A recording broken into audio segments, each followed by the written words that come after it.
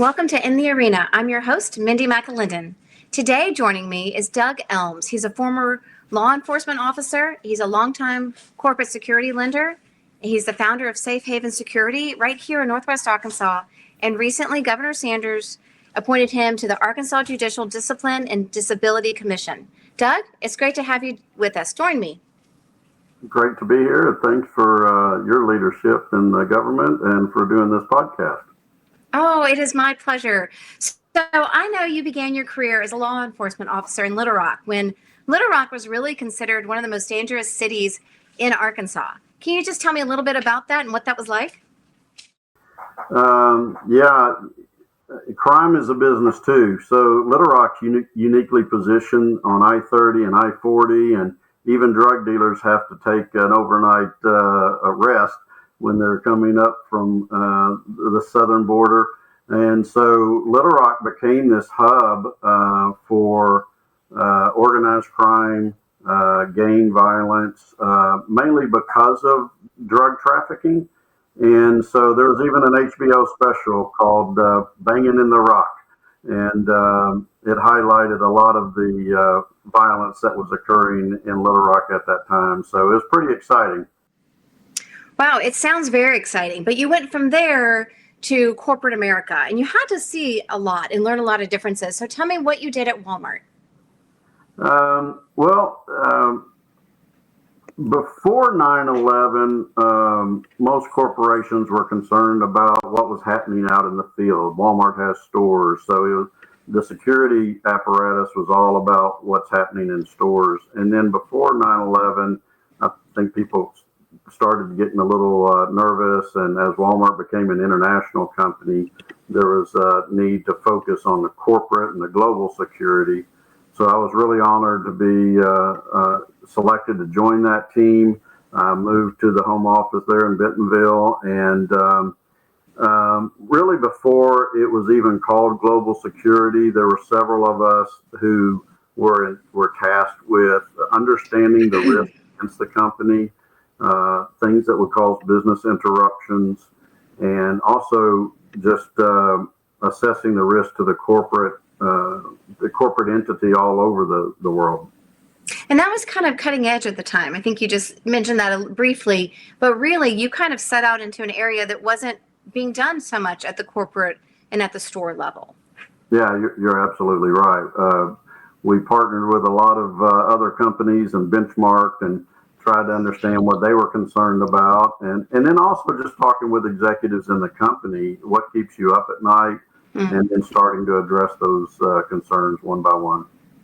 That's great. And then in 2017, it looks like from your bio that you really expanded on the concept of threat assessment and said, this is I can do more than just for Walmart. I can do this for a lot more people. So talk to me about the company that you founded, SafeHaven, and kind of what it does. Yeah. So we're SafeHaven Security Group. There's a couple of Safe Havens out there, but we're SafeHaven Security Group. We really focus on 3 to 4 big areas. One is uniform security professionals for corporations that need better than average. Hospitals, financial institutions, large event facilities, large manufacturing plants are often regulated and have chemicals and things like that. So they needed better than average. They needed people that understood corporate security, not just law enforcement. So professional uniform security is a big part of what we do. We have over 300 officers in 7 states. Executive and family protection is another big piece of that. As companies have risk, inherent risk because of whatever business they're in, when companies do restructuring, layoffs, things like that, then oftentimes the face of the company, a CEO, the top level executives are placed in harm's way. So we work with executives and their families to keep them safe. The third big area is what's called, it's a big umbrella, it's just threat management. Most of that incorporates preventing workplace violence. So people don't snap and kill 30 people in the afternoon. There are always warning signs. threat assessment and management is what the methodology that the Secret Service uses to protect the president. And you can imagine that there's all kinds of people that want to kill the president of the United States. Doesn't matter who it is in office, which party it is. There's just people that don't like the decision. And so the Secret Service has used for a number of years threat assessment and management, behavioral threat assessment management. And it's pretty defined. There are pre-incident indicators that are well documented and tied to science. And when these correlates to violence exist, it's more likely that violence could happen than if they don't exist. So we teach and train HR professionals, security professionals, executives, what those warning signs are. And then when they see those warning signs in their employee workforce, they call us and we help assess and mitigate that risk. So you do it. SafeHaven Security does a lot of different things. Let's talk a little bit about the need for SafeHaven Security. We tend to hear more and more about violence, but it's not necessarily mass shootings that we're hearing about. It's very targeted events. The CEO of a healthcare company, the political candidates, we're seeing very targeted events. So have you seen an increase in demand for threat assessments or in violence prevention over the last few years? Yeah, definitely. And I think when I was in law enforcement, you don't want law enforcement enforcing the law until the law has been broken. So it's a very reactionary entity, and you want it that way. But corporations want to protect their brand image. So they are more forward thinking and preventative thinking. So understanding the risk that they could inherit in a number of different ways is where they want to be. They only want to be in the news media if it's something positive about their company. So back to kind of the warning signs about targeted violence. I mean, you could just look around society, not only in the United States, but around the world, and you can pick up on those warning signs or clues that say, gosh, are things getting better or are things getting worse? So when I think about that, there's extremism on both ends of spectrum of values. Yeah. In the last 5 years, there's been mass rioting in the U.S. There's been active shooters in workplaces. There's active shooters in schools. There's been mass protests in Washington, D.C. Even here in peaceful and sleepy Fordyce, Arkansas, there were 4 innocent people killed and 15 injured by a shooter. Supreme Court justices have been targeted. Political candidates have been targeted. Big events, you mentioned, assassination of the healthcare executive, the Las Vegas killings. You're even seeing now that there's a subculture that says, well, it's okay to target political candidates or CEOs or billionaires because they're the ones causing all these problems. And that voice of that subculture is getting louder today than I think it's ever been in the past. So I would agree with you on that. I think you're right. It does feel like a needle in a haystack, though, to me, as you are looking at, if you just look at Walmart or if you look at United Healthcare or even in the subculture, trying to say this voice could be a threat. I don't think this voice is. Can you give us an example of like something that has happened that you can share without necessarily disclosing, client? Sure. Well, I think the first thing we have to understand is there's a myth around violence is that people snap. I said that one already. The other one is that, that'll never happen to me. I mean, I live on Easy Street. This is my company, and those things happen somewhere else. They don't happen here. Well, that's just a big myth. Violence happens all over the place at all socioeconomic levels and in every state. So recognize that there is violence, and then there's always triggers that push people towards violence. If you're happy and in a great relationship and have a job and have money in your pocket and you're going on vacation, you're probably not going to kill 30 people this afternoon.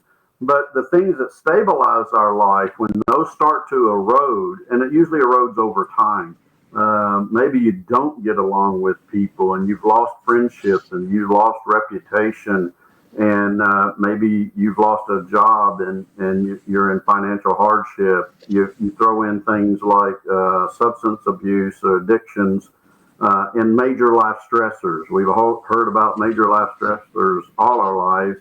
When all of those things start to add up on one person, there's only so much stress that we as humans can take. You can handle one stressor, you can handle two stressors, but when they just start adding up over and over, and now my spouse leaves me and you're going to fire me, that was the last thing that was good in my life was coming to work, and you're firing me. That's oftentimes a lot more than people can bear. So those are some of the warning signs that happen anywhere and everywhere. It's not just to other people. And so just like we had to learn about fire detection and fire suppression, I think over the next 10, 15 years, people will become more aware of how violence occurs. And just like we have see something, say something at the airport or at a major event, if you see a backpack and it's nobody's standing there with it, you should say something. And when you see your coworker struggling with things that is not typical, and you see stress in their lives and they're behaving in a manner that they didn't used to behave, it's okay to say something, because maybe that person needs help. Maybe they need a day off. Maybe they need some mental health counseling. Maybe they need to change facilities and go work at another facility for a short period of time because they're going through some major life stressors. Maybe a spouse is threatening to come up to the workplace. So it's okay to, when you see those warning signs, to say something. It's not snitching. It's actually helping that person get the support that they need in reducing the stress level. Well, I appreciate you saying that, because I do think that we still have a little bit of a stigma over people asking for help, especially in the workplace, right? So your whole life could be falling apart, but when you come to work, you bring a very happy face, and nobody wants to bring that. Sorry, my dog's sorry. A little sneezy down. Sorry. Anyways, I think it's really, sorry, that's Stitch. Anyways, I think it's really important that that we're able to recognize that people do have some issues, that everybody's got something outside of the workplace, and that sometimes our life is difficult. And so being able to recognize that in somebody else, I think, does help mitigate a lot of things. You mentioned some statistics about workplace violence and domestic violence. Can you give us a little bit of those statistics? I think those were pretty interesting. Yeah, I think I would like to say, that past behavior is oftentimes indicative of future behavior. The way you've behaved for the last 10 years is probably very likely the way you're going to behave in the future. And unless there's some mitigating circumstances that causes you to behave differently. So what we know is that the more violence there is on TV and movies, and the more violence that occurs, that influences people. So when you think about it from a society standpoint, Jonesboro, Arkansas had one of the very first school shootings in 1998. Right after that was Columbine, and there's directly related to Columbine 54 mass shootings since then that are related to Columbine. That I saw it, I was inspired by it. I felt the same way as those people did. And even in just this last 5 months since the United Healthcare executive was murdered, there's 3 attacks on executives who say, I was inspired by that assassin who killed the CEO. And it goes back to that subculture that some people say, well, that's okay, it's justified. And then we also know that from study of the past violence, about 33% of workplace violence is a spillover of domestic violence into the workplace. Another third of those mass shootings in workplaces comes from terminated employees. So you know who your employees are and who you're about to terminate, and whether they're going to handle it well or not. You should have a culture at your company where if a female is going through a divorce or separation of a relationship, and they had to go get a restraining order, or that somebody's threatening to come up to the workplace, again, it's okay to say something. It's okay to say, I'm worried that my former partner who's been threatening me may actually come up to the workplace. Not all companies, but some companies now have policies in place that say, if you do get a restraining order on somebody, then you have to tell us because you're here at our facility. I think the policies are good. It's a whole lot more about the culture of care that really makes it work. And it sounds like when SafeHaven Security goes in and works with a corporation, that would then be part of your training and your assessment, is to say this is the cultural changes that maybe need to take place as well to make sure that we are protecting all employees. Yeah, definitely. Excellent. So let's talk a little bit about outside of the U.S. We also hear a lot of threats, a lot of concerns about traveling abroad. I've got a trip coming outside of the continental U.S. and as a state rep, and I know our security guy just sent me a threat assessment for the area, which was like 0, of course, but nonetheless, they still did the threat assessment. And so just kind of curious, what do you do outside of the U.S. in order to make sure that we're keeping people safe? Well, in my career, I've traveled to over 60 countries protecting people. So yes, reaching out to local government officials or the Department of State here can give you good intelligence on what's happening in another country. If there's multinational companies in those locations, you can reach out to those. And if you're a security professional or have a relationship and get a good update. Looking at the news and about wherever it is that you're going is really smart to understand what the culture is, what's happening in society there. I can tell you on a big picture, if you look at the state of violence in the world, that's also a good indicator of what we in the U.S. may deal with in the future. And the things that are happening around the world is that bad guys target soft targets. And so the hard targets like you don't hear a lot about bank robberies anymore. Banks have good security measures in place, and they have vaults, and they have security officers and things like that.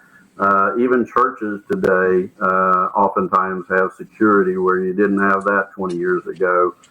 So the bad guys are looking for soft targets. And what's really scary about that is what's in that soft target category. And so you can see that around the world, there's violence occurring in hospitals.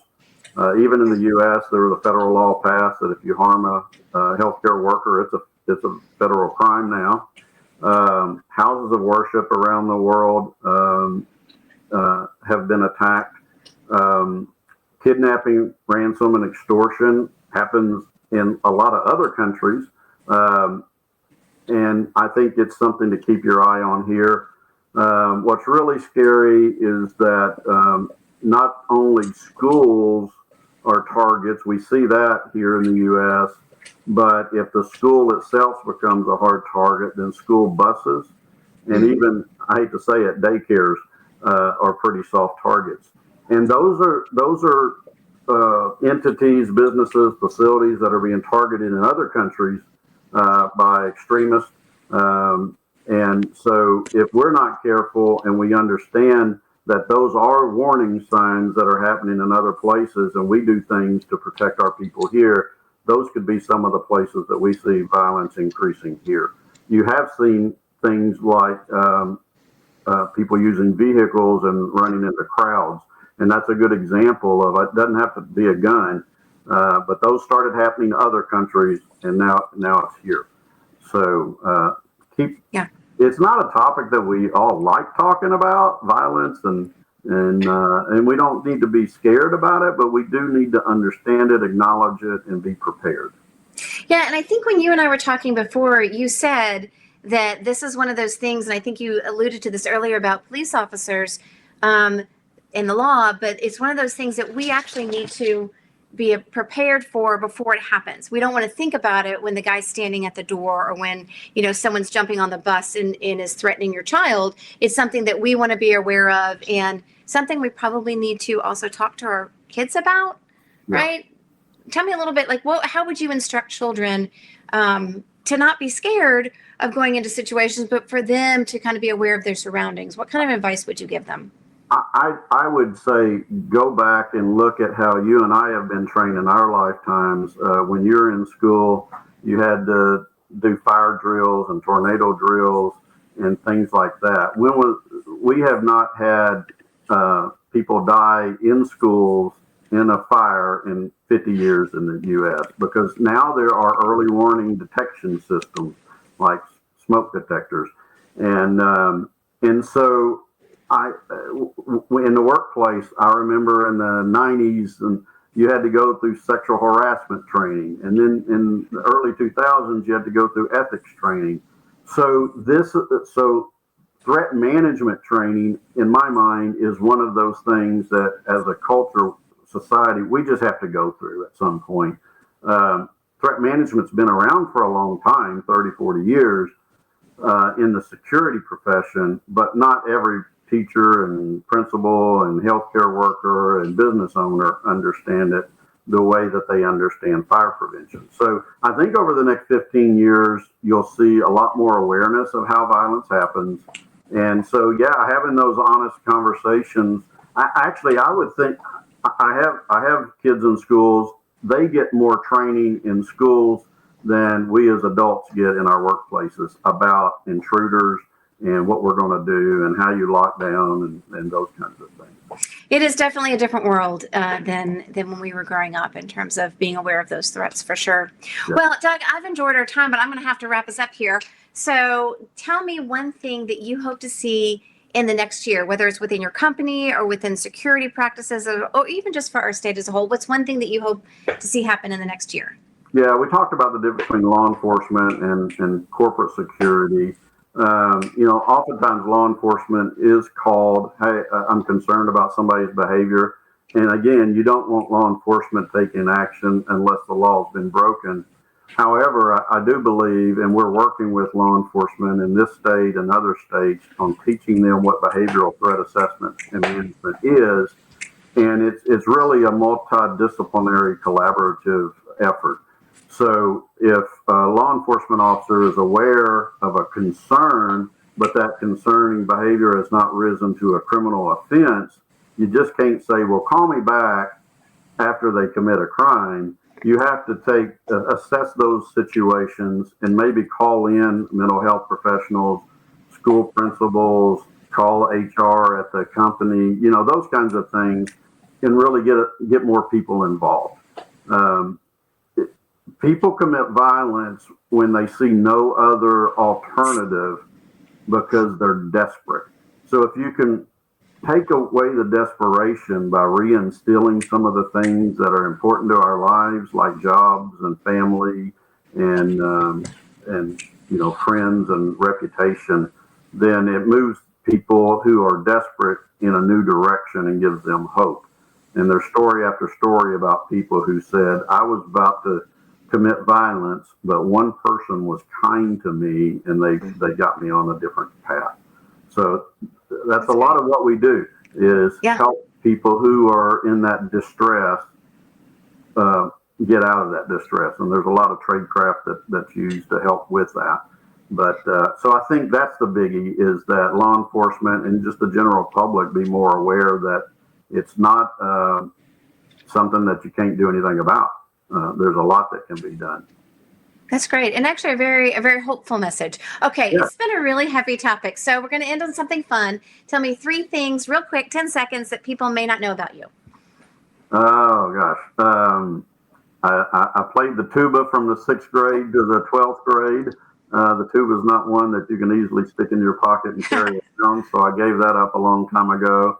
I do have ridden and do like riding motorcycles. And I'm kind of looking for my next hobby, though. So anybody has ideas, I'm open. I love it. Well, that's great. Well, Doug, thank you so much for being here today, for just sharing a really important topic and giving us an idea of what Safe Haven Securities does. I think it's been very beneficial and you've made it very applicable to kind of our daily lives. So I appreciate your time today. Yeah, thank you. Absolutely. Have a great day. Well, I hope you've enjoyed our podcast today. We had Mr. Doug Elms. He is a former law enforcement officer, former Walmart employee, but he runs a company called SafeHaven Security Group, and they do a lot of risk assessments for companies, for political organizations, for politicians, really going in and making sure that we are doing everything we can to protect ourselves, and then helping also to protect the corporations. I think he gave us a really hopeful message on a very heavy topic where he talked about that these are not hopeless situations, that in reality, you can go in and by saying something, by recognizing someone who is maybe hurting, maybe a little change in their behavior, that you really can make a difference and perhaps even stop something devastating from happening. So I encourage you to listen to Doug's instruction and kind of take that to heart when you go back into your corporation or back into your place of work or just wherever you interact. And with that, I hope you'll join us next week. Thanks for being here in the arena.